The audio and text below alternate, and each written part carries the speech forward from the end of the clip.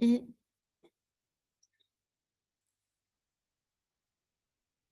hop, et je partage mon écran.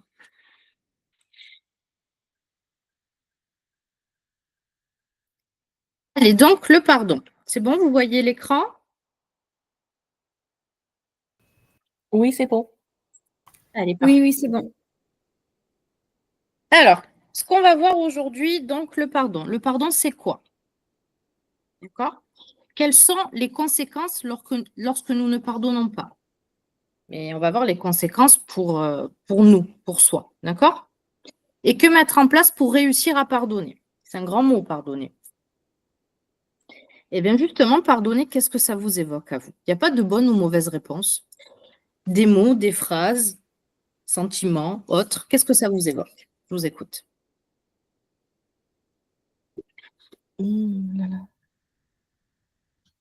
L'amour de soi.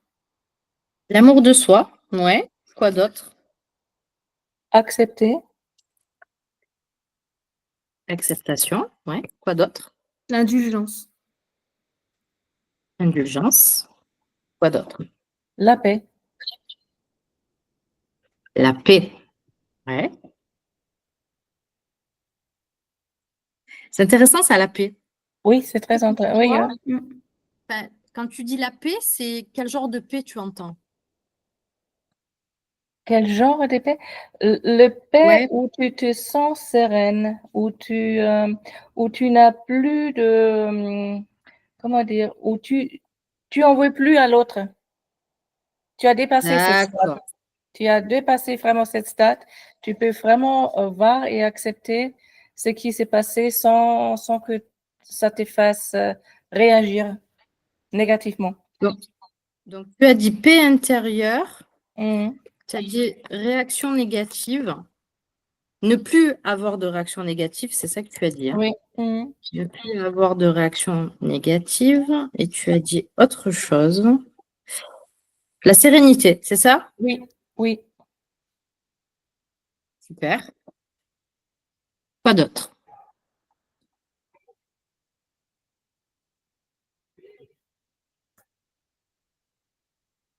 Ne plus avoir besoin de regarder en arrière. Ne plus avoir besoin de regarder en arrière. Oui, au lieu d'être centré sur le passé, sur ce qui a été, de pouvoir revenir dans l'instant présent et de plus avoir ce regard constamment en arrière, pas de regret. Super. Donc, quelque part, dans ce que tu dis, est-ce que ça voudrait dire que le fait de ne pas pardonner pourrait nous obliger à vivre dans le passé? Oui, quelque part, quand on C'est ça? pardonne pas, on continue à penser, à ressasser, on se fait du mal, donc on vit dans le passé.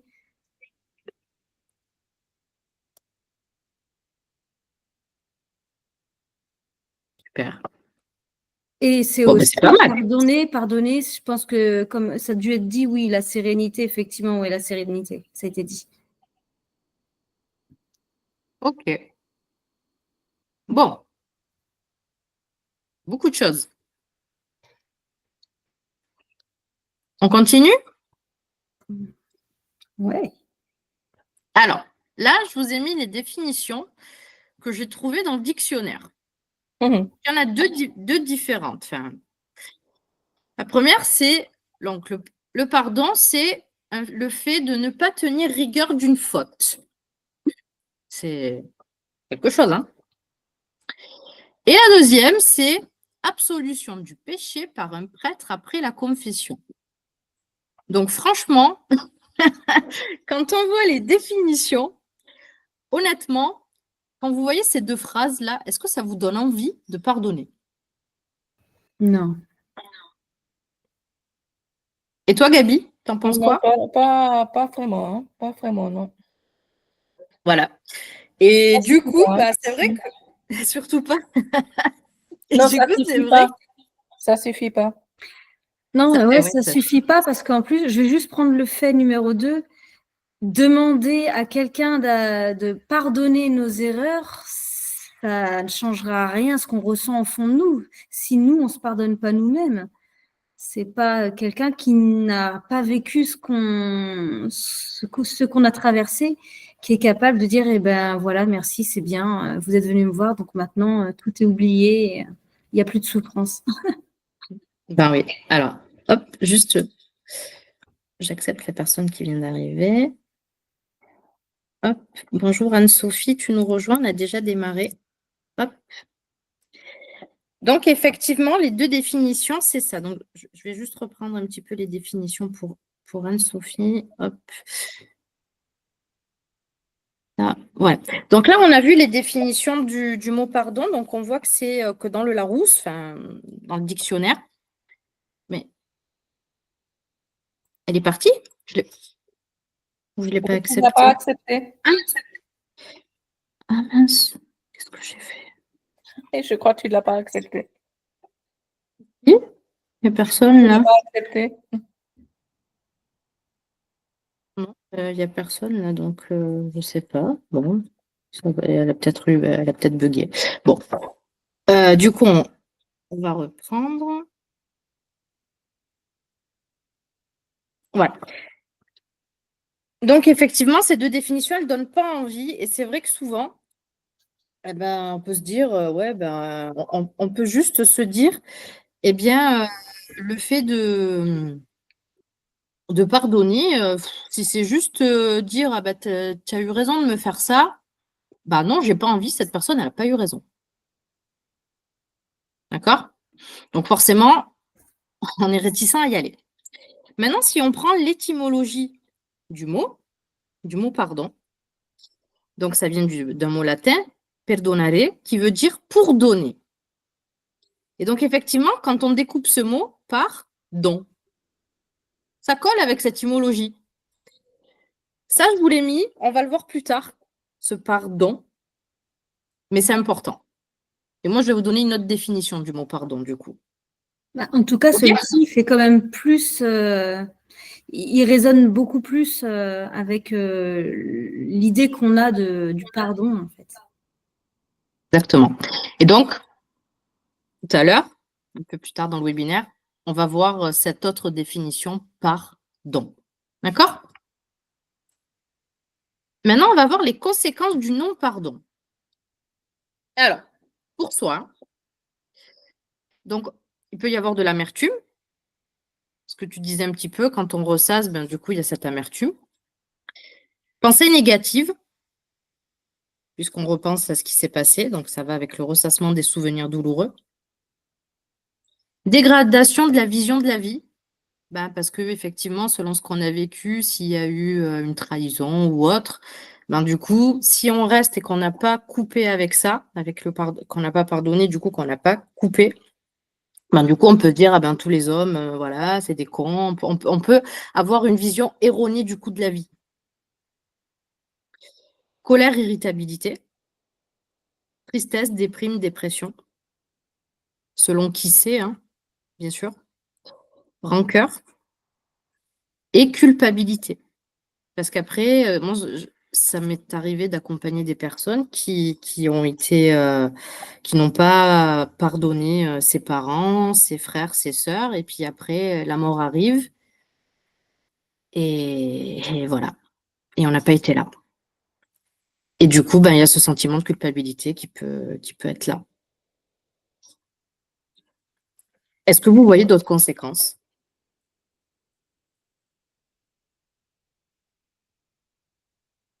Ça pourrait jouer sur notre lien relationnel futur, le fait de savoir s'investir et de se sentir capable d'investir de nouvelles relations aussi. Ouais, donc du coup, comment tu pourrais dire ça? Dégradation des relations, c'est ça? Des futures relations? Je ne dirais pas dégradation, parce que finalement, elles ne sont pas forcément encore oui, du coup, nouées, elles sont pas là. mais c'est un blocage, en fait. On s'empêche peut-être, on va fuir. Ouais. Donc, blocage ou fuite des futures relations potentielles. Voilà, quel que soit le type de relation. Hein, Au travail, bien sûr. Oui, voilà, c'est ça. Ouais. Ouais. Et toi, Gabi, tu vois autre chose? Je suis en train de réfléchir, hein. Mais on peut se totalement bloquer, hein, soi-même, hein, pas seulement dans les relations, aussi, mais oui, mais surtout dans les relations, oui, oui, oui. Non, je crois que c'est ce qui a dit Kelly, blocage. Oui, c'est surtout ça, je crois aussi, hein. On se bloque, on veut pas avancer, on veut pas pardonner, et même si c'est quelqu'un des proches, hein, et oui, oui, ça peut aussi, après, oui. Je crois que c'est ça un peu la piège, hein, qu'on fait plus la différence entre qu'est-ce qui s'est passé dans les passés et de ne pas, comment dire, si on se bloque dans les futurs, hein, c'est quand même très dommage, n'est-ce pas, de se dire, OK, puisque ça m'est arrivé, ça peut encore m'arriver encore une fois parce que telle et telle personne montre déjà des signes de, tu sais, et tu pars dans un cercle, dans un cinéma dans la tête qui n'a rien à voir avec la réalité, hein. Ouais, c'est ça, ouais, c'est le fait que finalement, on va reporter sur les futures rencontres les blessures qu'on a subies, au risque de Eh oui, faire la même aussi. chose d'ailleurs. Donc, reproduire les mêmes erreurs, c'est Ouais. ça? Mmh. On pourrait aussi, je vois que c'est pas nommé dedans, mais toutes ces choses qui sont très négatives, ça peut avoir une répercussion sur notre santé physique aussi.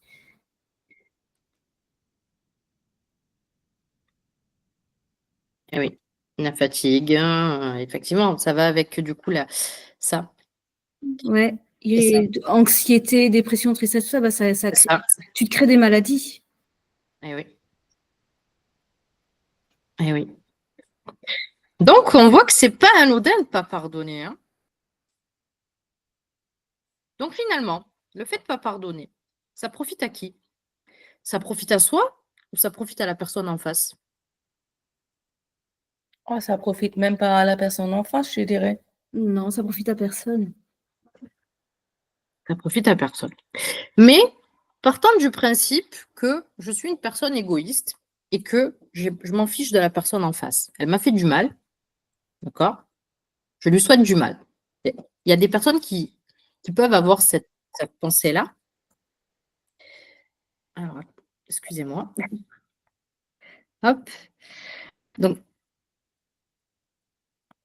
il y a des personnes qui peuvent avoir cette pensée-là, de se dire, je ne vous vois pas, juste, de se dire, moi, la personne qui m'a fait du mal, j'ai pas envie de penser à elle. Mais du coup, quand on voit les répercussions qu'il y a pour soi-même, est-ce que du coup, ça vaut le coup de se dire, ben, même égoïstement, est-ce que ça vaut pas le coup de pardonner? Si, ça reste important finalement parce que, admettons, on est dans cette pensée égoïste, quelque part, on va être dans le déni aussi.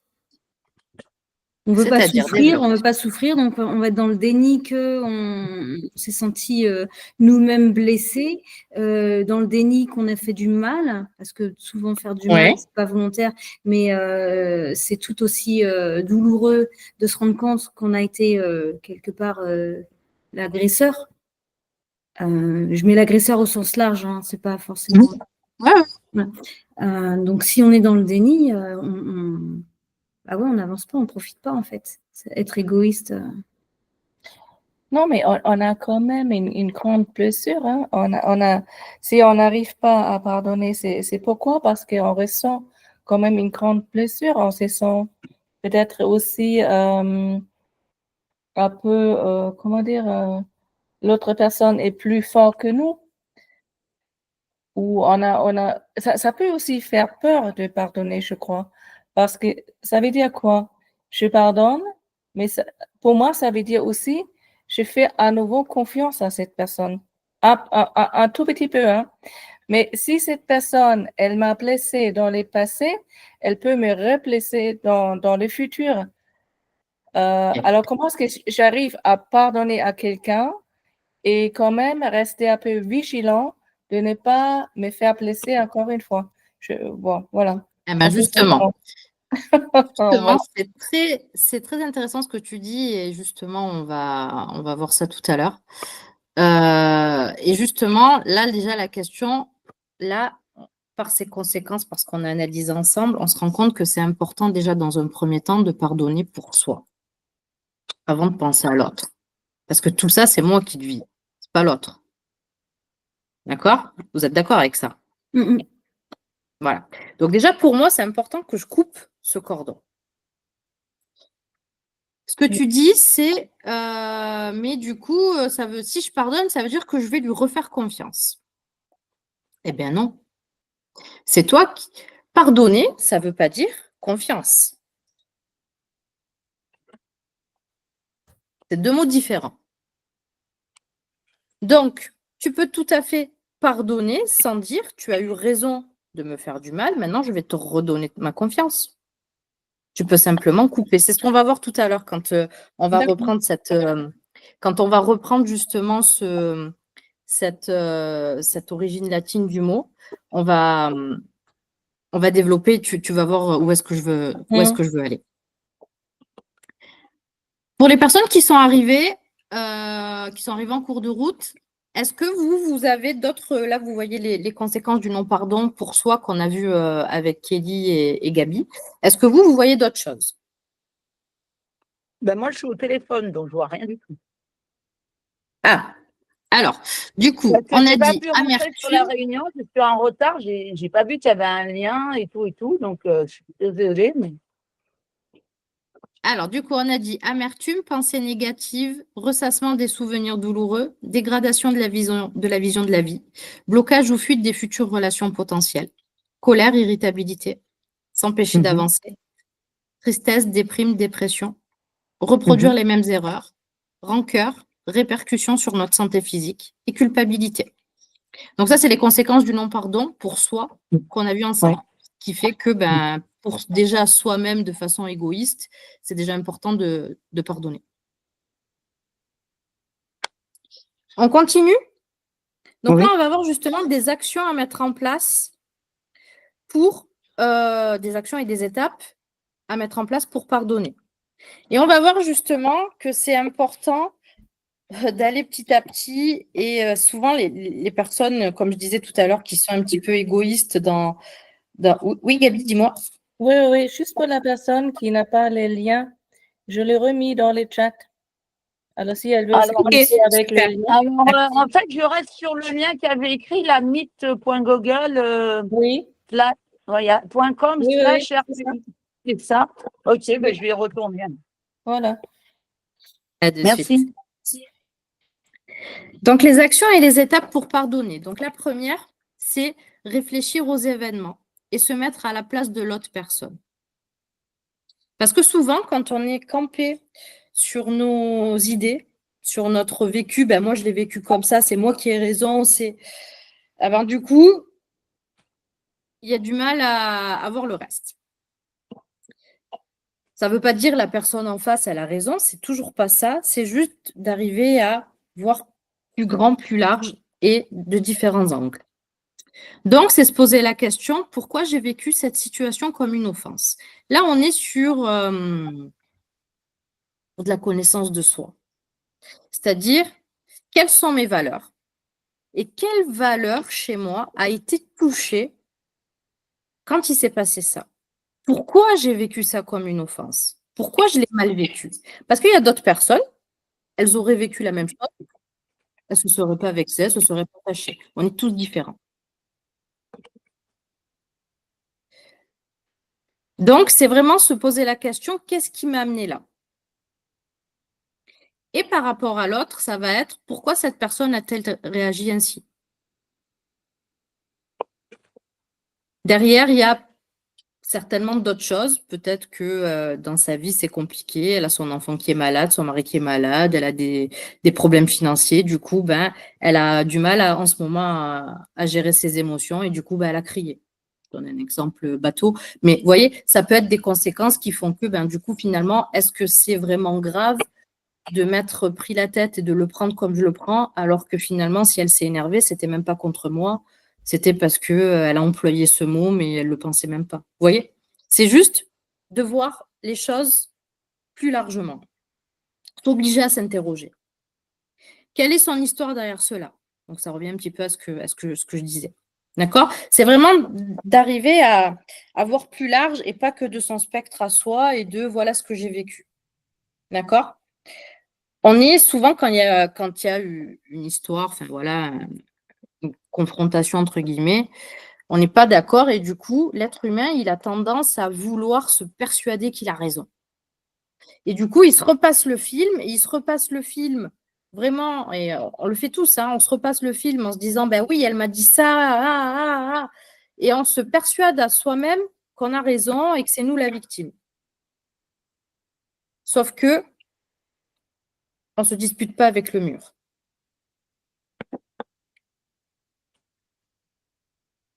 Identifier les émotions et les évacuer.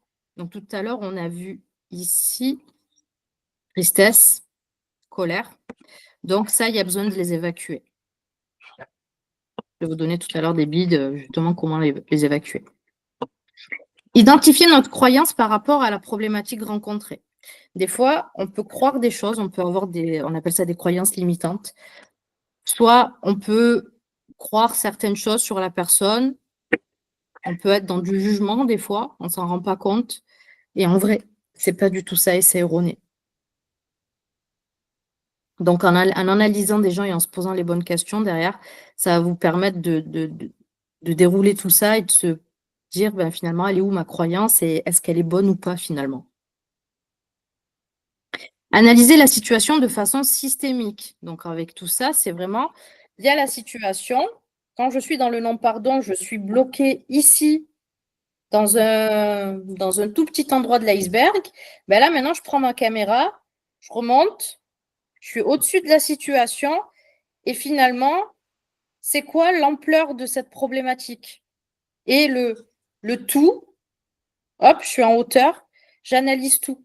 Qu'est-ce qui se passe partout en fait? Admettre ses torts, c'est ce que j'en reviens justement à on ne se dispute pas avec le mur.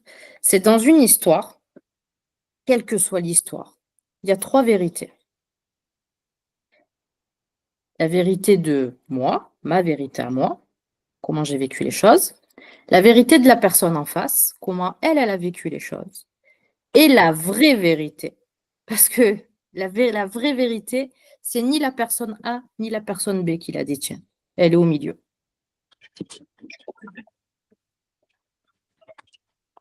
Et du coup, forcément, on a des torts. Alors, c'est soit des torts, j'ai mal agi, j'ai dit quelque chose qui était méchant, blessant, OK. Mais ça peut être aussi, j'ai pas posé de limite. Pourquoi il est arrivé à faire ça? Pourquoi elle a été jusque-là? Parce que c'est moi qui n'ai pas posé les limites. Parce que c'est moi qui n'ai pas dit stop. J'ai aussi mes torts. Vous voyez? Et donc, justement, on en revient à apprendre à poser des limites, justement, si on est dans ce cas-là. Gabi, dis-moi.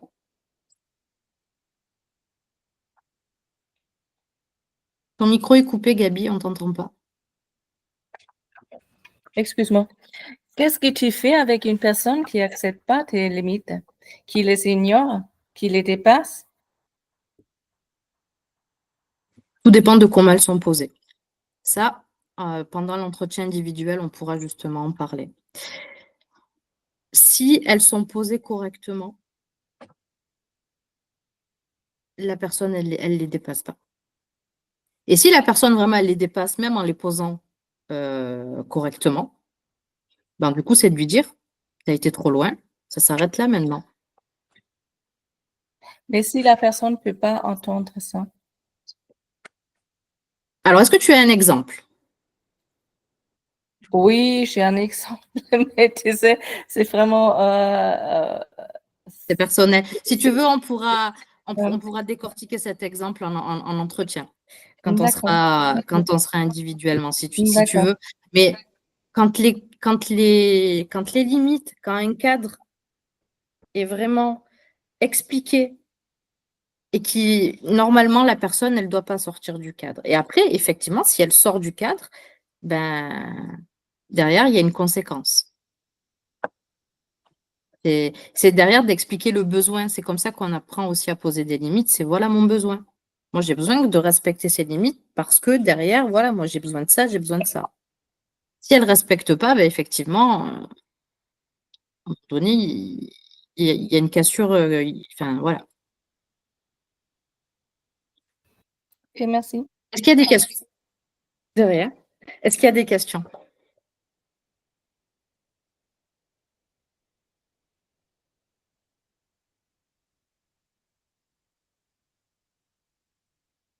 On continue?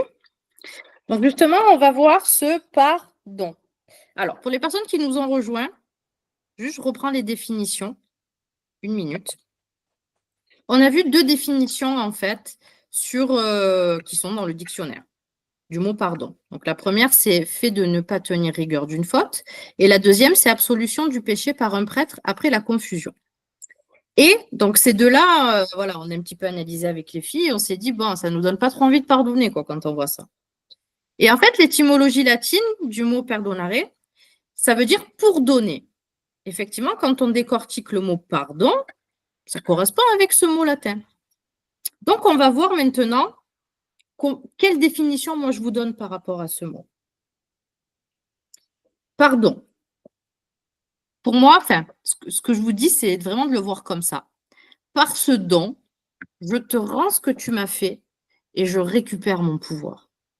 Je récupère ma liberté. Je récupère ma sérénité. Et c'est ça, en fait. C'est-à-dire maintenant, tu m'as fait ça, je te laisse vivre avec ce fardeau et maintenant, je retrouve ma liberté. Sans tristesse, sans colère, sans rancune, sans émotion négative. C'est toi maintenant qui vas vivre avec ça. C'est toi qui me l'as fait. C'est toi qui vas vivre avec ça maintenant. Moi, maintenant, je décide de vivre tranquillement et de plus penser à toi. Et là, on retrouve la paix intérieure. On en a parlé tout à l'heure. Et ça ne concerne pas, et ce qu'il faut vraiment se dire, c'est le pardonner, ça ne veut pas dire tu as eu raison de me faire du mal. Absolument pas. C'est je pardonne pour moi, pour pouvoir vivre bien moi. Donc, on reprend ton exemple tout à l'heure sur la confiance. Je crois que c'était Gabi ou Kelly, une des deux, je ne sais plus, qui parlait de confiance. Gabi. Hein, du coup, c'est pas ben je te pardonne et puis maintenant je te refais confiance. Non, c'est je te rends ce que tu m'as fait. Mais aujourd'hui, moi, je décide de ne plus te faire confiance parce que ce que tu m'as fait, ben, moi, je pars du principe que tu peux me le refaire. Donc, je te pardonne, je te rends ce que tu m'as fait. Mais par contre, maintenant, si tu veux que j'ai de nouveau confiance en toi, il va falloir me le prouver. Tu vois? Oui, ça fait sens. C'est plus clair. Mais quand il dit je te rends ce que tu m'as fait, c'est juste, tu l'as dit, il n'y a pas une action derrière, c'est juste pour toi dans ta tête. C'est juste dans ta c'est tête, ça. par exemple, tu imagines que les poubelles que tu as accumulées qui ne t'appartiennent pas, tu lui les rends, tu les déposes devant le pas de sa porte. C'est les tiennes, elles t'appartiennent. Par exemple. Par exemple. Alors, il y a plusieurs outils, exercices hein, que je fais en coaching, mais ça peut être exactement ça. Qu'est-ce que vous en pensez du coup de cette nouvelle définition?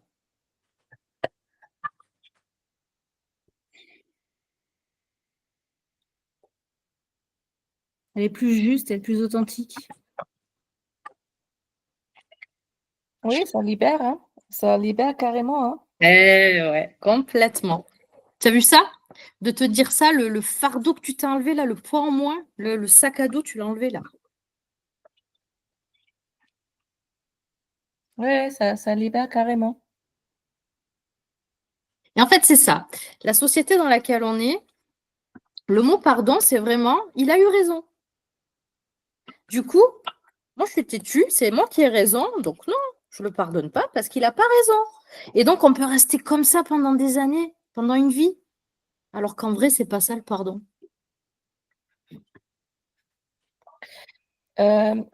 Tu sais, la seule chose, ou j'ai un problème, comment est-ce que tu fais ce truc-là? Je te rends ce que tu m'as fait. Tu l'as fait comment? Alors, je vais vous donner justement des outils exercices et ça, on pourra le développer en entretien. OK. Alors, du coup, premier point, hop, juste je mets mon chargeur. Premier point, c'est évacuer sa colère. Alors, on peut l'évacuer par des activités physiques. Après, effectivement, il y a d'autres outils. Il y a d'autres exercices à faire, mais en tout cas, l'activité physique ou alors, voilà, exprimer vos émotions à l'écrit. Moi, ça, c'est ma façon à moi d'extérioriser mes émotions. C'est, voilà, j'écris. Quand je suis en colère avec quelqu'un, contre quelqu'un, il s'est passé un truc, j'écris, j'écris, j'écris. Et là, je visualise et je me dis, bon, c'est là, ma colère, elle est maintenant sur le papier, elle n'est plus en moi, c'est bon, je coupe avec. Ça permet de libérer les choses. Pratiquer l'auto-hypnose, donc c'est la visualisation. Voilà, le don du fardeau, c'est exactement ce que tu disais. Voilà, je dépose le sac poubelle, hop, c'est bon, maintenant, il est devant chez toi, il n'est plus chez moi. Parler au jeu lors de la communication. Là, je vais vous donner un petit outil, mais ça, c'est au quotidien, c'est pas que sur le pardon, c'est vraiment au quotidien. On a tendance à accuser l'autre quand on parle. On le fait pas exprès, c'est juste du coup, on ressent les choses d'une certaine façon, et donc après, c'est, par exemple, tu m'as humilié. Voilà. Si je vous dis, tu m'as humilié, comment vous allez le prendre? Ah ben, comment vous allez le prendre? Ben, comme une accusation. Parce que je t'accuse de m'avoir humilié. Maintenant, si je change cette phrase avec le je et que je dis, je me suis senti humilié. Quelle est la différence? Là, tu parles d'un ressenti et ça accuse pas l'autre. Exactement. Un ressenti, il est propre à soi et on ne peut pas le remettre en question. Si je vous dis j'ai mal au ventre, ah ok, tu as mal au ventre. Vous n'en savez rien, vous n'êtes pas dans mon corps. Mais un ressenti, c'est pareil. Si je vous dis je suis triste, je suis en colère, je suis énervée, ben, c'est mon ressenti. Et donc, du coup, en partant du jeu et en disant j'ai vécu la scène de telle manière, ben, du coup, la personne, elle va être à l'écoute. Maintenant, si vous attaquez direct en disant tu m'as fait ça, tu m'as dit ça, là, c'est sûr qu'on n'est pas dans une communication positive et c'est sûr qu'on va encore plus s'énerver. Donc, si jamais là, je vous l'ai mis dans la thématique du pardon parce qu'on peut être dans une phase de je vais discuter avec la personne pour arriver à ce que ça aille mieux. Du coup, dans cette discussion, vraiment parler au jeu. J'ai ressenti. J'ai vécu ça. Voilà comment moi, je le vois. Et laisser parler la personne et voir, elle, comment elle l'a vécu. Et vous verrez que souvent, c'est pas ce qu'on s'imaginait. Et si, tu sais, si l'autre personne, parce que c'est une scène que j'ai vécue souvent, surtout dans mon enfance. Parce que je crois qu'en enfant, tu peux encore, tu n'es pas tellement dans ta tête, tu es plutôt dans ton cœur. Alors oui, tu as plutôt tendance de dire je suis triste ou je suis en colère ou je me sens, je sais pas, mais je sais pas quoi. Mais si en face, tu as quelqu'un qui te revoit, eh ben, je peux rien faire pour toi, ou ça m'est complètement égal, ou ça ne me concerne pas, tu fais quoi avec cette personne? Tu fais quoi avec cette personne?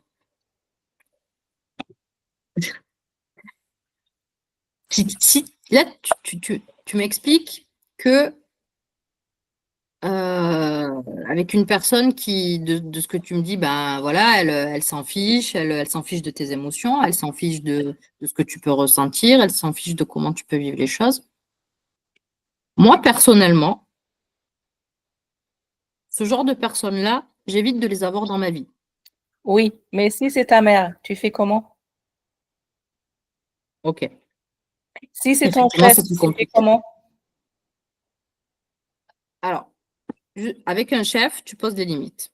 Et ça, je pense qu'il y a un vrai travail sur toi là, sur poser les limites et cadrer les choses.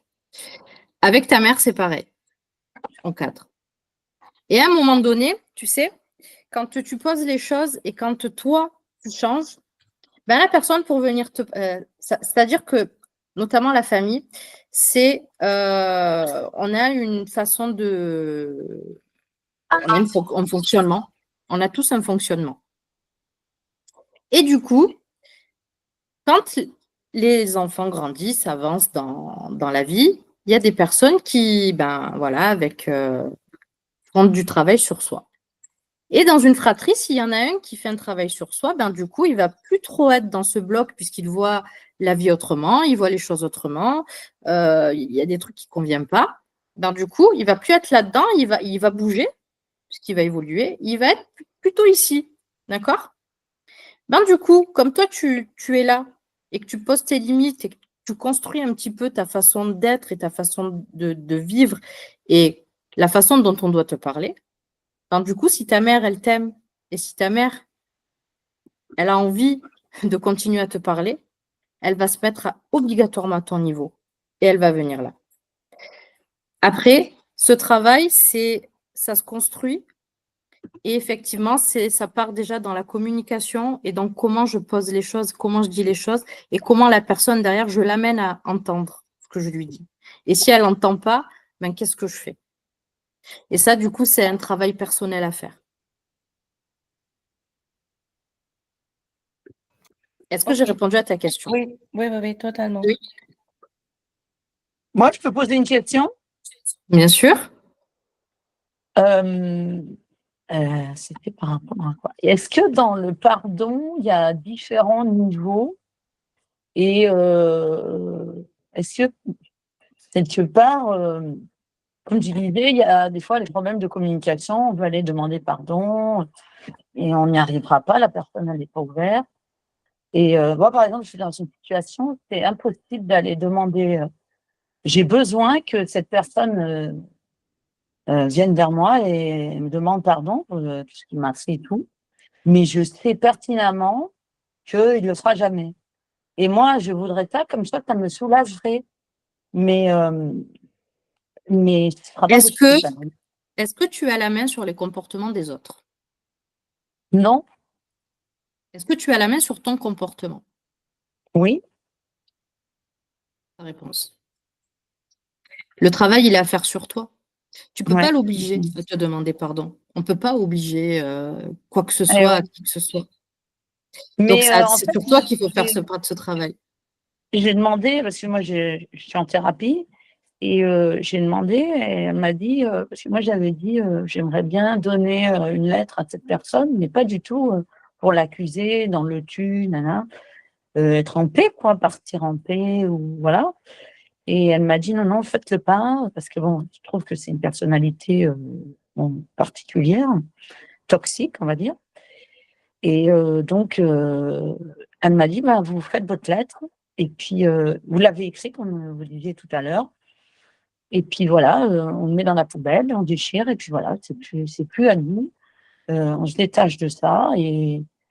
Mais bah, par exemple, moi, je l'ai pas encore fait la lettre, mais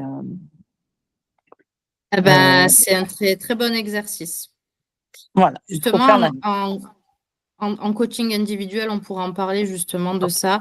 Et c'est un travail à faire sur toi et de couper. Donc, il y a plusieurs techniques, il y a plusieurs exercices justement coupons pour avoir ça en entretien individuel. Mais oui, tu ne peux pas Oui, et puis, obliger quelqu'un à te demander pardon.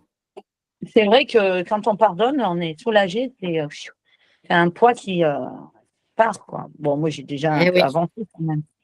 Mais bon, après, des fois, ça revient. On a toujours des trucs dans la tête. On se souvient de ça. Enfin, moi, j'ai vécu un truc très traumatisant. Donc, voilà.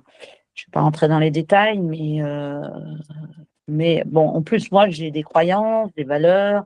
Donc, je sais un peu, je suis un peu enseignée par rapport au pardon. Voilà. Donc, je ne peux pas dire que, voilà. Pour moi, par exemple, Dieu va m'aider à pardonner aussi, vous voyez. Il y a cette dimension-là. Je ne suis pas seule dans le fait de, voilà. Ça, c'est Tu une dimension. n'as pas été là depuis le début, d'accord? Tu n'as pas Pardon. vu le diaporama. Je Eh vais, oui, non, c'est pas- je remettrai je remettrai la vidéo, le lien YouTube sur la conversation Knock. Je t'invite à le regarder du début.